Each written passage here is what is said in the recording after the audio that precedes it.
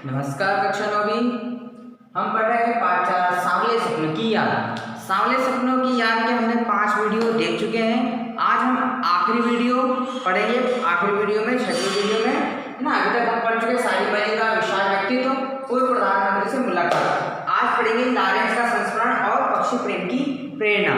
ठीक है, अब देखते हैं कि लॉरेंस का संस्मरण। लॉरेंस कौन थे उनके बारे में हम पढ़ते हैं। फॉल ऑफ अ स्पैरो सालिम अली की आत्मकथा का नाम है। सालिम अली की आत्मकथा का नाम क्या है? फॉल ऑफ द स्पैरो, है ना। आत्मकथा का मतलब होती है जो स्वयं से लिखी गई हो। जीवनी का मतलब होता है जो दूसरे ने किसी दूसरे व्यक्ति के बारे में लिखा हो, है ना। आत्मकथा का मतलब है स्वयं के लिए लिखना, स्वयं की कहानी को, स्वयं की कथा को, स्वयं के जीवन को लिखना। तो सालिम अली ने अपने स्वयं के जीवन के बारे में एक किताब लिखी है। उस किताब का नाम है फॉल ऑफ अ स्पैरो।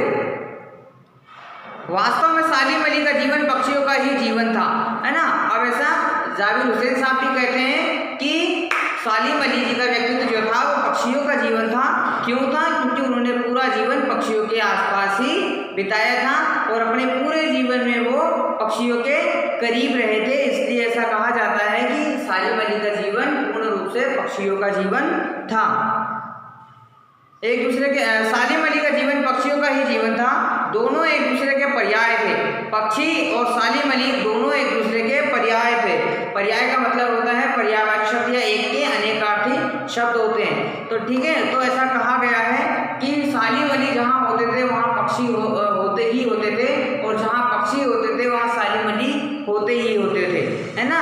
सालिम अली बिना पक्षियों के नहीं रह पाते थे। उनके आसपास कोई ना कोई पक्षी अवश्य ही होता था। इस संदर्भ में डी.एच. लॉरेंस के एक प्रसंग को उद्धृत करना समीचीन होगा, है ना। डी.एच. लॉरेंस की मृत्यु के बाद लोगों ने उनकी पहली पत्नी या उनकी पत्नी फ्रीडा से अपनी पत्नी के बारे में कुछ लिखने के लिए कहा, है ना। डी.एच. लॉरेंस भी एक पक्षी प्रेमी थे, है ना। वो भी बहुत पक्षियों को प्रेम करते थे। तो लोगों ने कहा कि हम डी.एच. लॉरेंस के बारे में जानने की कोशिश की। तो उन्होंने उनकी पत्नी से पूछा कि आप अपने पति के बारे में क्या कहना चाहेंगी। जब उनकी मृत्यु हो चुकी थी, डी.एच. लॉरेंस की जब मृत्यु हो गई थी तो उनकी मृत्यु के बाद लोगों ने उन पर लिखने की कोशिश की, उनकी जीवनी को लिखने की कोशिश की। तो उन्होंने उनकी पत्नी से पूछा कि आप अपने पति के बारे में क्या जानती हैं, हमें बताइए।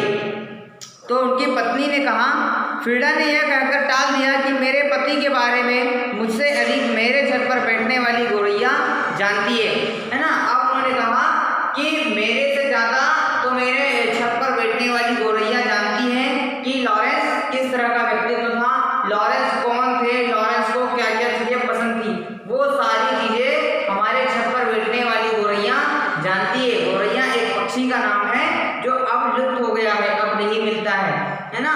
तो उन्होंने कहा कि लॉरेंस को जितना मैं नहीं जानती उतना पक्षी जानते हैं, क्योंकि उन्होंने अपना सारा समय पक्षियों के साथ में बिताया था।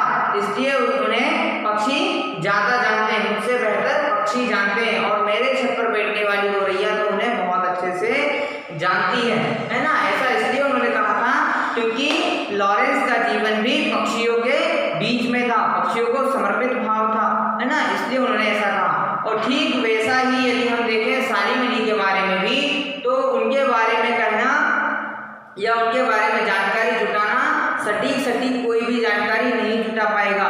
क्यों नहीं जुटा पाएगा? क्योंकि उन्होंने अपना जीवन समाज को न देकर के पक्षियों को दिया था। अपना जीवन व्यक्तिगत न रख करके उन्होंने पक्षियों के बीच में अपना जीवन बिताया था। तो पक्षी उनके बारे में बहुत अच्छे से जानते हैं। चलिए आगे देखते हैं पक्षी प्रेम की प्रेरणा। अब उनको पक्षी प्रेम की प्रेरणा कहाँ से मिली थी और वो क्यों इतने पक्षियों के प्रति उदार हो गए थे, वो कहाँ से उनको प्रेरणा मिली, वो प्रेरणा अब हम पढ़ते हैं। बचपन की एक घटना ने उनको पक्षी प्रेमी बना दिया।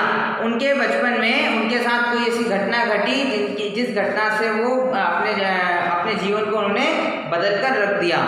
अब वो घटना थी, एक दिन उनके हाथों से एक गौरैया घायल हो गई। अब हो सकता है शायद गुलेल से या किसी दूसरी चीज़ों से वो जब एक गौरैया उनसे घायल हो गई, एक गौरैया को उनके हाथ से चोट लग गई, है ना। उसी दिन से वे पक्षियों की दुनिया में रुचि लेने, है ना। अब उनको बहुत बुरा लगा कि जब उनके हाथ से कोई गौरैया चोटिल हो गई, कोई पक्षी को चोट लग गई, तो उनको इस बात का दुख हुआ। तो उन्होंने अपने उसी दिन संकल्प ले लिया था कि मैं अब पक्षियों को चोट नहीं पहुंचाऊंगा, बल्कि पक्षियों की अब मदद करूंगा। पक्षियों के रहस्य को खोजने के लिए और जानने के लिए नए नए रास्तों पर जाते रहे। अब उस घटना के बाद लॉरेंस नए नए जगह पर जाते रहे और पक्षियों को ढूंढते रहे, पक्षियों को खोजते रहे। सालिम अली निरंतर भ्रमण करते रहे। आज भी ऐसा लगता है मानो पक्षियों की खोज में निकले सालिम अली गले में दूरबीन लटकाए अभी आ जाएंगे। अभी भी ऐसा लगता है कि सालिम अली जहाँ कहीं भी पक्षियों का झुंड होगा वहाँ पर सालिम अली दूरबीन लटकाए आ जाएंगे। अभी भी लोग उनके बारे में इतना जानते हैं, इतना मानते हैं, उनको इतना सम्मान देते हैं और उनको इतना याद करते हैं, है ना। तो आज हमने इस पार्ट में सालिम अली के बारे में पढ़ा कि सालिम अली जो थे वो किस तरह का व्यक्तित्व है। सालिम अली अपने पूरे जीवन भर में पक्षियों को और प्रकृति को संवारते रहे, उनको बचाते रहे, उनके संरक्षण के लिए काम करते रहे और नई नई पक्षियों के प्रजातियों की खोज में रात दिन लगे रहते थे, है ना। उन्होंने अपना जीवन पूर्ण रूप से पक्षियों को समर्पित कर दिया था, पूर्ण रूप से प्रकृति को समर्पित कर दिया था, है ना। चलिए अब होमवर्क में यह है कि आप इस पाठ को पढ़ें और सारे प्रश्नोत्तर लिख करके रखें। Thank you.